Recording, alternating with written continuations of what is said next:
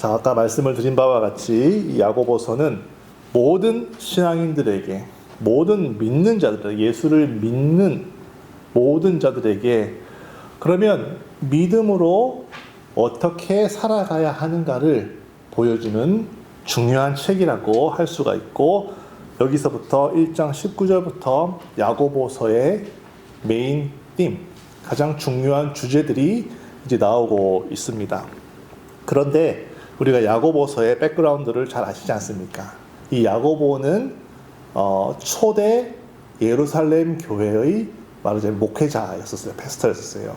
그러니까 아직 복음이 그 젠타일 이방으로 전파되기 전 아주 초기, 정말 초기 중에서도 아주 극초기, 완전 초창기 교회의 모습인데도 여기에 야고보가 믿음과 행함이 일치해야 된다, 같아야 된다, 같이 가야 된다 라고 말한 데에는 어떠한 의미가 있겠습니까? 예수를 믿는 바로 그 초기 때부터 사람들이 믿는 것과 행하는 것이 서로 분리가 되기 시작했다는 말이에요.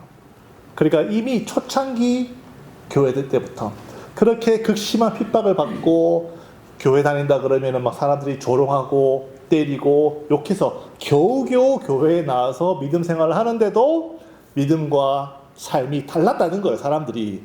그러니까 핍박의 유무를 떠나서 신앙생활이 어렵고 힘든 것을 떠나서 믿음과 삶이 분리가 되는 것은 바로 죄인의 습성이라는 거예요.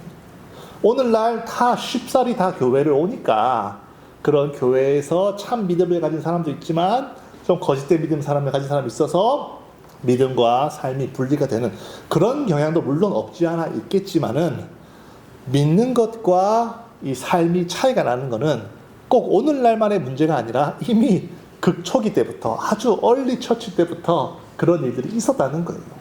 그래서 하나님께서는 이 야고보서에 그렇게 쓰신 거예요. 처음부터 끝까지 죄인의 모습은 변치가 않아요. 그러니까 우리는 그런 모습들을 성령으로 하나님의 말씀으로 잘 이겨내야 하는데, 그때나 지금이나 믿는 사람들이 말이에요, 믿어요. 예수를 믿습니다. 찬양도 열심히 하고 금식도 잘하고 교회 매주 나오고 교회 모임들을 다 100% 다 참석을 다 잘하는데 잘 믿어요. 어떤 사람 잘 믿기도 하고 선교도 하고 다 잘하는데, 많은 사람들이 말은 번지르르 하대. 말은 거의 세계 선교를 끝낼 수 있는 정도의 사람인 거예요, 말 자체는. 그러나 그 사람의 삶을 보면 절대로 믿음과 그 삶이 같지 않은 거예요. 우리는 이거를 정말로 아주 경계해야 됩니다. 아주 조심해야 됩니다. very, very cautious 해야 됩니다. 왜냐하면 믿는 것은 차라리 좀 덜 믿어도 괜찮아요. 잘 몰라도 괜찮아요. 한두 말씀만 순종해도 괜찮아요. 한두 말씀 아는데 이 한두 가지 말씀에 순종하면 이 사람은 믿음은 100%의 믿음입니다. 그런데 100가지 말씀을 알아요. 100가지 말씀을 아는데 한 가지만 순종한다.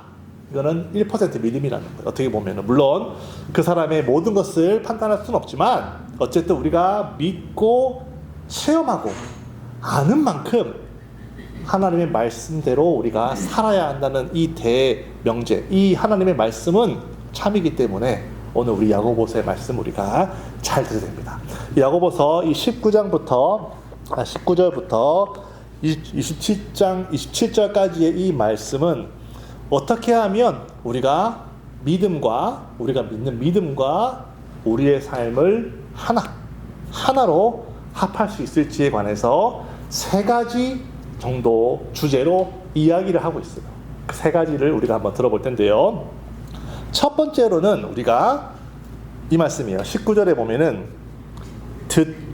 사람마다 듣기는 속히 하고 말하기는 더디하며, 즉 잘 들어야 된다는 거예요. 듣는 것을 더 잘하고 말하기는 더디하라. 말하기 슬로우, 말 천천히 하라는 게 아니고, 사람들이 알아듣도록 말을 천천히 말하라는 것이 아니고 말하는 것을 최대한 절제하라는 것이죠. 그래서 어떻게 보면은 26절에 보시면은 자기 혀를 제갈. 여러분 강아지 같은 거 보면 입에 딱 막 입막이 아시죠? 입막 강아지 개 이런 거 보면은 입에 딱 막아서 물지 못하고 짖지 못하게 하는 거 있잖아요. 그런 것처럼 자기 혀를 제가 물려라 라고 말할 정도로 말하는 것은 작게 말하라고 하면서 제가 여기서 말을 많이 하고 있네요. 그러니까 말은 최대한 줄이고 듣는 것을 열심히 잘 들으라는 얘기입니다. 교회마다요, 자기 말을 엄청 많이 하고 말 많이 하는 사람들의 특징 중에는 그 말을 많이 하고 자기 주장인 거죠. 어떻게 보면은 자기의 것을 잘 자랑하고 잘 드러내고 말을 엄청나게 많이 하는 사람들이 교회마다 다 있습니다. 사람은 누구나 다 자기를 드러내고 싶어 해요. 사람은 누구나 다 자기 속에 있는 것으로 사람들에게 전함으로써 자기의 영향력을 이렇게 쫙 넓히고 싶어하는 이런 마음들이 우리들에게는 다 있어요. 그렇기 때문에 더더욱 교회에서는 말을 하지 않고 말을 절제를 해야 되는데, 왜 그러냐면은 뭐 잘 아시겠지만은 자기 주장, 자기 생각, 자기 체험, 그것이 정말 성령으로 말하면 귀한 체험이라 하더라도 그런 것들을 자꾸만 말하고 사람들에게 했던 얘기 또 하고 또 강요하고 말을 많이 하다 보면 어떻게 되겠어요? 상대방도 똑같이 그런 사람이라면 결국에는 주장과 주장이 맞부딪히게 되면은 결국에는 디스퓨트, 논쟁이 되겠죠. 논쟁이 되기 시작하면은 그때부터는 사람에게 이상한 습성이 있어가지고 논쟁은 꼭 이기고 싶어 한다는 거. 사람들이 자기 주장을 관철, 자기 주장을 반드시 이렇게 사람들을 꺾고 이기고 싶어 한다는 거예요. 그러니까 결국에는 말이라고 하는 것이, 교회에서 은혜를 나누고 쉐어링하는 것은 결국에는 믿음으로 사람들을 보듬고 세워주고 사람으로 케어하기 위해서 하는 것인데, 논쟁이 되는 순간부터, 디스퓨트가 되는 순간부터는 이게 싸움이 돼서 내가 저 사람을 주장을 꺾고 이기게 된다는 거예요. 그런데 주장이 잘 안 받아들여져요. 안 받아들여지면은 그 어떻게 됩니까? 사람이 이제는 성내기 시작한다는 거, 화를 내기 시작한다는 거예요. 언성이 높아지고 네 주장은 이게 틀렸고 내 주장은 이게 왜 맞은지 막 따지기 시작하면은 정말 싸우고 화내고 성내기 시작하면은 그 사람이 전달하고자 하는 그 성령의 역사, 은혜, 이것이 맞고 틀리고를 떠나서 사람과 사람 사이에 벽이 딱 생깁니다.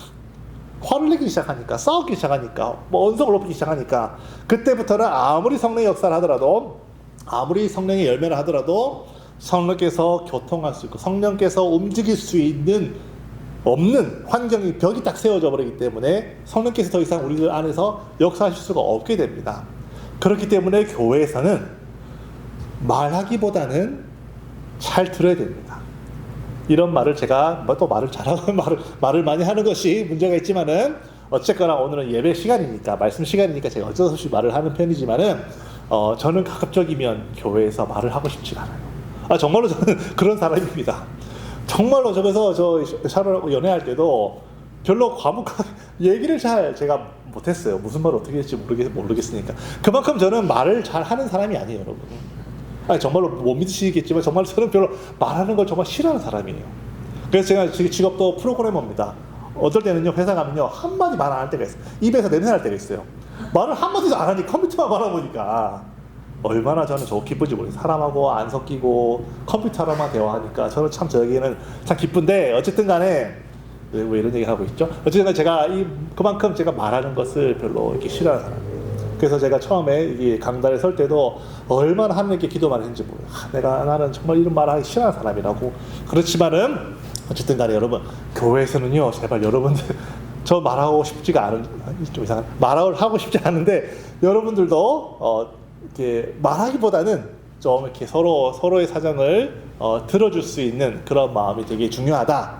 그런 자세가 되게 중요하다고 이 야고보서에서는 말을 하고 있어요.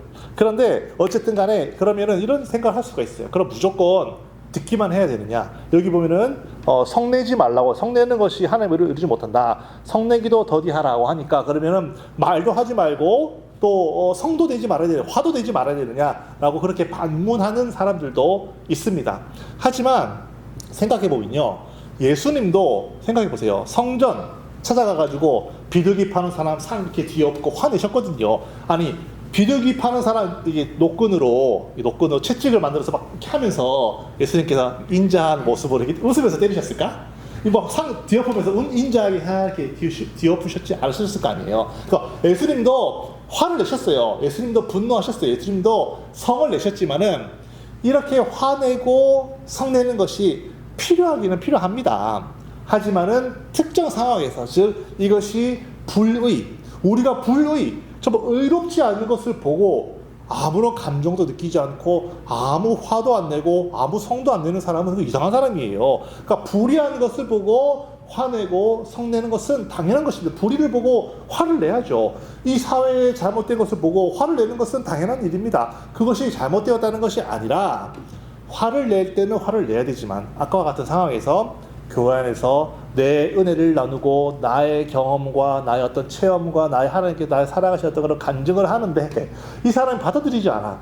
그러면 받아들이지 않는다는 그것을 깨뜨리고 설득하기 위해서 어떨 때는 화를 내고 성내고 이런 건 아니라는 것이죠. 그러니까 화를 내고 성내야 될 곳은 따로 있다는 거예요. 불의와 관련된 것, 마귀와 관련된 것, 귀신을 내어 쫓고 이런 하나님의 역사를 하는데 웃으면서 인자하게 할 수는 없어요. 막 화를 내고 때로는 예수님도요 귀신을 꾸짖을 때 막 꾸짖으셨거든요. 그런 것처럼 화를 낼 때가 따로 있다는 것이죠. 절대로 예수 믿는 사람은 화내면 안 된다 이런 뜻이 아니라는 거, 요거를 좀 명심해 주시기 바라고. 또 말하지 마라. 그러면은 교회에서 절대로 말하면 안 되나요? 말을 해야죠. 말을 해야 되고 때로는 믿음이 연약하고 어린 영혼들에게 하나님 말씀을 가르치고 권면, 즉 인카리지를 할 때가 있어요. 할 때가 있는데 그럴 때는 어떻게 하느냐? 이 권면을 하는 사람과 권면을 받는 사람 사이에 믿음의 신뢰관계가 아주 잘 구축이 되어 있다면 당연히 할 수가 있겠지요. 그리고 말하기 전에 먼저 기도와 눈물로 이 사람의 이 영혼을 도와주기 위한 사랑과 어떤 기도와 눈물이 이만큼 쌓여 있는 상태에서 그 다음에 이 사람에게 내가 보기에는 나도 너와 같은 경험이 있었는데 이럴 때는 하나님께 더 기도하며 나아감이 어떻겠니? 라고 권면할 수가 있는 것이죠. 하지만 이런 관계가 전혀 없는데 갑자기 내가 기도해봤는데 잘 되더라도 그래 기도해봐 이렇게 말하는 것은 설령 이분도 그것이 정답이라 하더라도 그렇게 말하면 안 된다는 거예요. 내 신앙 연수가 이 사람보다 더 높다고 해서 내가 이 사람에게 그런 말을 다이렉트로 할 수 있는 권한이 생기는 거 아니에요. 자격이 생기는 거 절대로 아닙니다. 여러분 잘 기억하셔야 돼요. 내가 신앙 연수가 10년이에요. 성령으로 체험도 많고 능력도 많고 하나님 안에서 내가 알고 있는 것이 너무 많아. 그렇다고 해서 그 자체로 새신자에게 내가 이것을 가르치고 저것을 가르칠 수 있는 자격이 주어지는 것은 아니에요. 어떻게 무슨 말인지 아시겠죠? 내가 그것을 이만큼 알고 있다면 이 사람과 내가 연결할 수 있는 그런 신뢰관계가 충분히 구축이 될 때만 사랑으로 권면할 수가 있는 거예요. 그러니까 말하지 말라는 말이 아니라 말하기 전부터 이런 신뢰관계를 내가 잘 구축할 수 있도록 눈물로써 기도로써 섬김으로써 그렇게 이 사람에게 잘 내가 정말 너를 사랑하고 내가 너를 위하고 그런 것들을 먼저 이렇게 보여주고 알게 해서 그런 관계가 구축될 필요가 있다는 거. 그렇게 할 때만 우리가 교회 안에서의 말이 은혜롭게 전달될 수가 있지 않겠습니까? 그런 의미에서 말은 더디하고 듣기는 속히 하라는 그런 뜻인 그런 뜻인 것 같아요. 여러분과 제가 정말 교회 안에서 이런 권면하고 돕고 할 때 나는 좋은 뜻으로 말했는데 상대방은 시험 들 때가 있거든요. 그러니까 그런 일들을 최대한 줄이기 위해서 우리가 서로 그렇게 노력을 해야 한다는 것을 야고보서는 먼저 얘기를 하고 있고요. 그리고 두 번째로는 21절에 자 21절 후반부에 보시면요.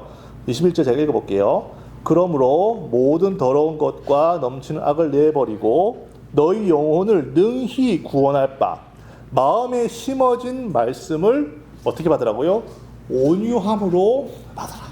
온유함, 마음을 부드럽게 해서 그 말씀을 받으라는 거예요. 성경에 하나님 말씀을 받을 때 마음을 부드럽게 하지 않고 오히려 hardened, 마음을 아주 강하게 해가지고 하나님의 말씀이 올 때 탕 튕겨나가는, 다이아몬드 튕겨나가지 탕 튕겨나가는 사람, 대표적인 사람이 있죠. 바로 이집트의 페로 왕, 이집트의 바로가 그랬어요. 모세가 하나님 말씀을 바로에게 전했습니다. 내 백성을 보내라. 그런데 이 바로 이집트 왕이 마음을 아주 단단하게 한 거예요. 그래서 내 백성을 보내기 뭘 보내? 그래가지고 막 하다가 어떻게 됐습니까? 하나님께 10번 크게 얻어맞았죠. 10가지 재앙을 맞았다는 거 아니겠어요? 물론 우리는 바로 같지는 않겠지요. 하지만은 여기서 배워야 될 점은 우리가 하나님 말씀을 들을 때, 혹은 설교 말씀을 들을 때라든지, 아니면 내 주변에서 믿음의 선배들이 나에게 좋은 은혜를, 좋은 어떤 그런 경험, 하나님의 지혜를 이렇게 딱 줄 때는 온유한 마음으로 그 말씀을 받아야 한다는 거예요. 그 말씀을 받고 그 말씀대로 내가 그렇게 행할 수 있도록 노력을 해야 되는 것이죠. 그게 또 중요한 포인트입니다. 이 말씀을 제가 준비하면서 제가 든 생각이 있었는데요. 아주 따끈따끈한 이야기입니다. 이번 주 그러니까 지난주죠. 수요일 날 제가 겪었던 일인데, 하나님 정말 우리에게 말씀하시거든요. 뭐 저를 잘 아시는 분도 계실 테고 잘 모르시는 분도 계시겠지만, 저는 미국에서 이제 2009년에 와가지고 이제 지금까지 쭉 살면서 이게 이제 미국에서 한국인으로서, 영어를 잘 못하는 한국인으로서 살아가는 게 여간 어려운 일이 아니에요, 여러분. 여러분들은 다 영어를 잘 하셔서 그런 걸 잘 모르겠지만, 정말 논문에 나와 있어요. 30살 넘어서 유학 온 남자들은 절대 영어를 잘할 수 없다. 이런 식의 논문이, 실험 결과가 이렇게 있는 논문도 있어요. 그런 것처럼 제가 영어를 이렇게 잘 못하거든요. 그러니까 10몇 년 살아오면서 제가 마음속에 얼마나 이렇게, 포기가 많았고, 또 때로는 정말 억울한 일도 많이 당했고, 좀 여러 가지로 힘든 일이 많았어요. 그리고 또 저를 잘 아시고 뭐 여러 상황도 잘 아시겠지만, 뭐 자녀 문제라든지 또 직장 문제라든지 또 주변의 여러 가지 상황들로 인해서 저는 마음속에 좀 이렇게 한이 많이 쌓인 것 같아요. 10년 동안 좀 화가 많이 쌓인 것 같고 한이 많이 쌓인 것 같아서 좀 뭘 해도 좀 불평불만이 많았고 뭘 해도 좀 괴로웠던 그런 삶을 살았던 것 같아요. 지금 생각해 보니까. 그런데 제가 수요일 날 말이에요. 수요일 날 제가 이제 출근하는 길 차를 쭉 운전을 하고 있는데 아무것도 없어요. 그냥 운전을 하고 있는데, 정말로 운전을 딱 회사 가려고 운전을 딱 하고 있는데 이제 갑자기 운전 중에 마음에, 그러니까 하나님께서 제 뒤통수를 탁 때리는 것 같으면서 하는 말씀이 내 마음에 팍 박히는데, 어떤 말씀이 박혔냐면요, 감사하지 아니하고, 8글자가 제 마음에 확 박힌 거예요. 8글자가 감사하지 아니하고. 이 말이 물론 제가 다 아는 말씀이죠. 근데 신기하게 그날 아침에 감사하지 아니하고 라는 말이 제 마음에 확 박히면서 하나님께 저에게 어떠한 생각을 주셨냐면은, 물론 그렇죠. 제가 뭐 직장으로도 그렇고 가정 상황도 그렇고 재정 상황으로도 그렇고 여러 가지로 부족하고 어려운 것은 맞아요. 지금도 그 상황과 똑같습니다.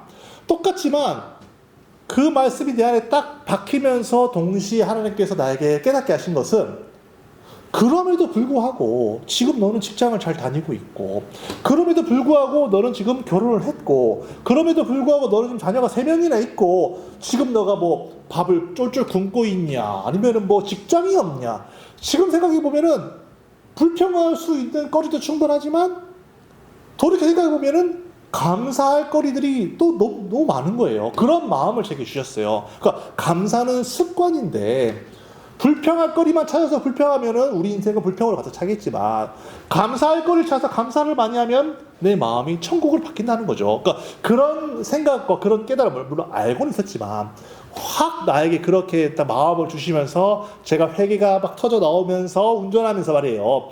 그렇게 하면서 제가 좀 그런 걸 깨달았어요. 그렇지. 자식이 좀 뭐 어렵다 하더라도 자식이 죽은 건 아니잖아요. 자식을 내가 손만 뻗으면 안을 수 있고, 내가 뽀뽀해달라 그러면 뽀뽀해줄 수도 아이가 있다는 것은 얼마나 기쁜 일입니까? 그냥 어떻게 보면 어떤 사람들은 이미 자식을 그렇게 잃어버려서 그렇게 못하는 사람들도 많은데, 그 사람 비하면 얼마나 행복한 사람이에요. 그러니까 직장이 없는 것도 아니고, 어떤 사람들 미국에서 있고자 하여도 신분이 없어서 그냥 돌아가는 사람도 많은데, 하나님께서는 OPT 뭐 이런 직장에서 영주권까지 허락해 주셨고, 생각해 보면 하나님께 감사할 일이 너무 많은 거예요. 그래서 제가 이것은 저만의 것은 아니지만은 저의 말씀드리기 좀 부끄럽지만 저의 장점이랄까요? 저는 누가 나를 혼내잖아요. 그러면은 저는 아예 막 납작 엎드려 버립니다. 맞습니다. 내가 잘못했습니다. 아마 제가 어렸을 때 그런 적 있어요. 부모님이 나를 혼내려고 치면은 맞아 엄마 내가 진짜 나쁜 놈이야. 나 진짜 죽일 놈이었어. 나 진짜 내가 그런 짓 하면 안 되는 거야. 내가 왜 그랬어? 나 미친 거 아니야? 막 그렇게 하면요 어머니가 아니야 너 생각할 거 없어. 이렇게 아마 그런 부모님이 나를 그랬던 것 같아요. 그래서 어쨌든 그래 모르겠지만 하나님께 나한테 딱 치시면은 저는 하나님 전 정말로 잘못했습니다. 하나님 나 진짜 잘못했습니다. 왜 나에게 불평만 하고 살았을까? 하나님 정말 잘못했습니다라고 말하고 바짝 엎드리면서 그때 제가 결심한 게 있어요. 하루에 반드시 그래서 이 앱을 받았어요. 그래서 제가 앱을 받아가지고 다이어리라는 앱을 제가 앱 자랑하는 게 아니고요. 제가 증거를 보여드리려고 제가 데이원이라는 앱을 받았거든요. 데이원. 그래서 일기를 이렇게 쓰고 있어요. 일기는 뭐냐면 감사 일기인 거예요. 나 무조건 하루에 12개 무조건 감사한 걸 찾자. 예를 들면 내가 화장실을 가서 변을 잘 봤어. 그러면 똥 잘 본 거 감사합니다. 정말 감사할 게 없으면 그러므로 물 마셨는데 목이 시원해서 감사합니다. 회사 왔는데 무사히 아무 사고 없이 와서 감사합니다. 이렇게 감사할 거를 매일매일 써가지고 지금 벌써 수요일부터 그렇게 써가지고 오늘까지 그렇게 쓰고 있는 거예요. 물론 상황은 그대로예요. 상황은 여전히 불평불만할 그 상황 그대로 어려운 상황 그대로지만 제 마음이 바뀌기 시작했다는 거예요. 제 마음이. 하나님께서 감사치 아니하거나 말씀 다 받았을 때 감사는 무슨 만약에 내가 마음을 강하게 그렇게 했더라면 또 하나님 실망하셨겠지요. 하지만 그게 아니라 내가 그 말씀 딱 받았을 때 그렇지 고쳐야 된다. 내가 바뀌어야 된다. 불평할 건 많지만 찾아보면 감사할 것도 많지 않느냐. 왜 나는 내 마음을 스스로 지옥으로 만들고 있냐. 감사하자. 어떻게든 감사해보자. 감사 하면 저는 그렇게 생각해요. 언젠가 내가 한 감사의 열매를 먹을 거라는 거예요. 여러분과 저도 이렇게 하나님께서 우리에게 말씀을 딱 하실 때 튕기지 말고 한번 온유함으로 받아보자는 거예요. 그러면 이 말씀이 반드시 우리에게 복으로 은혜로 또 감사한 열매로 우리들에게 다가온다는 거예요. 그래서 이 야고보서도 말씀 받을 때 제발 온유함으로 받으라는 거예요. 우리가 하나님께서 말씀이 없어서 죽는 것이 아니에요. 말씀은 널려 있어요. 하지만 그 말씀을 내가 어떻게 받느냐에 따라서 나의 생각이 바뀌고 나의 삶이 바뀌는 거죠. 그런 것처럼 여러분과 제가 하나님의 말씀을 무시하지 말고 온유함으로 받을 수 있는 이 두 번째 중요한 야고보서에 이 말씀이 있는 것 같아요. 그래서 꼭 말씀에 이 온유함을 받을 수 있는 것 중요한 두 번째이고요. 그 세 번째가 바로 받은 말씀과 삶이 일치해야 된다는 거예요. 정말로 너가 그런 말씀 받았느냐? 그러면은 26절에 누구든지 스스로 경건하다 생각하며 자기 혀를 제갈 물리지 아니하고 자기 마음을 속이면 이 사람의 경건은 헛것이다. 하나님 말씀 받았어요. 여기서 보면은 듣기는 속히 하고 말하기는 더디하라라고 했는데 그 말씀 받고도 계속 자기 주장만 하고 자기 말만 계속 하고 다닌다면 이 사람의 경건 활동을 예배드리고 기도하고 금식하고 이 경건은 하나님 보시기에는 헛거라는 거예요. 허세가 가득한 그냥 알곡이 아니라 쭉정이 여자 같은 믿음이라는 거죠. 그런 것처럼 내가 그 말씀을 받았으면은 정말 그 말씀대로 행해야 된다는 거예요. 감사해라고 말씀했으면은 정말 감사 제목을 직접 써서 매일매일 그렇게 쓰는 것처럼 행동으로 옮겨야 된다는 거예요. 행동으로. 그리고 고아와 그리고 하나님 아버지 앞에서 27절에 정결하고 더러움이 없는 경건은 곧 고아와 과부를 그 환난 중에 돌보고 고아와 과부 그래서 나 고아와 과부만 도우면 된다는 것이 아니라 그 당시에 고아와 과부는 사회의 최약 계층 제일 어려운 클래스였단 말이에요. 그러니까 그 사람들을 말로만 내가 하나님 사랑합니다가 아니라 정말로 내가 하나님 사랑하는 사람이라면 하나님 믿음 있는 사람이라면 나가서 그 사람들에게 물 한 잔 떠주고 밥 한 끼 먹여주는 그것이 바로 경건이라는 거예요. 믿음이 곧 삶으로 행동으로 나오지 않으면 그것은 아무 쓸모가 없는 믿음이라는 것을 말하고 있는 것이죠. 그러니까 말씀 받았다. 정말 내가 고아와 과부를 사랑해야 된다. 즉 하나님께서 보시기에 어렵고 힘든 사람을 사랑해야 된다. 그러면 정말로 내가 가서 사랑해야 되는 거예요. 정말로 가서 도와주어야 되는 거예요. 도와주던지 아니면 도와줄 수 있는 실력과 도와줄 수 있는 직업과 도와줄 수 있는 기술을 습득하기까지 내가 잘 준비, 열심히 공부를 해서 내가 그 위치와 그 자리에까지 갈 수 있도록 노력하는 것까지 제가 포함이 되는 것이겠죠. 그러니까 그렇게 나의 믿음이 정말 세상 가운데 빛과 소금의 역할을 감당을 해야 되는 것입니다. 오늘날 왜 기독교인들이 그렇게 욕을 먹습니까? 바로 믿음과, 여러분 잘 들어보세요. 믿음과 삶이 일치하지 않아서 그런 거예요.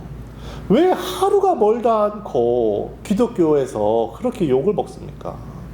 왜 목사들은 그렇게 성 문제가 많고 왜 교회는 그렇게 돈 문제가 많냐 이거예요. 저는 이제는 그런 뉴스가 뜨잖아요. 그러면 댓글을 보고 싶지도 않지만 댓글을 보면은 그런 사람들이 있어요. 꼭 우리 교회는 안 그래. 우리 교회는 괜찮아. 저렇게 하는 목사들은 다 이상한 목사들이야. 다 이단들이야. 우리 교회는 깨끗해. 저는 이제는 그런 얘기 듣는 것도 싫어요. 이제. 뭐 우리 교회는 안 그렇습니까? 그러니까 제 말은 우리 교회가 아니라 일반적으로 사람들이 우리 교회는 괜찮아. 이제는 그런 변명 같지도 않은 변명 이제 안 했으면 좋겠어요. 그냥 기독교회 자체가 그냥 범죄 집단 같이 보여요. 제가 보기에는 다 더러워 보인다고요. 제가 보기에는 그냥 우리 교회는 안 그래라는 그런 힘없는 댓글도 그냥 안 달았으면 좋겠어요. 무슨 그게 변명이 되고 무슨 그게 도움이 되겠어요.